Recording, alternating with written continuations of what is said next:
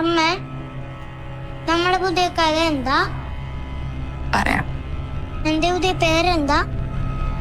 നിന്റെ പേര്? മേരി ലൂക്ക. ഷർലി. എവിടെയാ? അഭിജിത് കുമാർ. അമ്മ, അമ്മൂമ്മ നമ്മൾ എന്തെങ്കിലും ചെയ്യുമോ? പറയാൻ പറ്റില്ല. പേരുണ്ടാ? നിന്റെ തള്ളക്ക് ഭ്രാന്താടാ.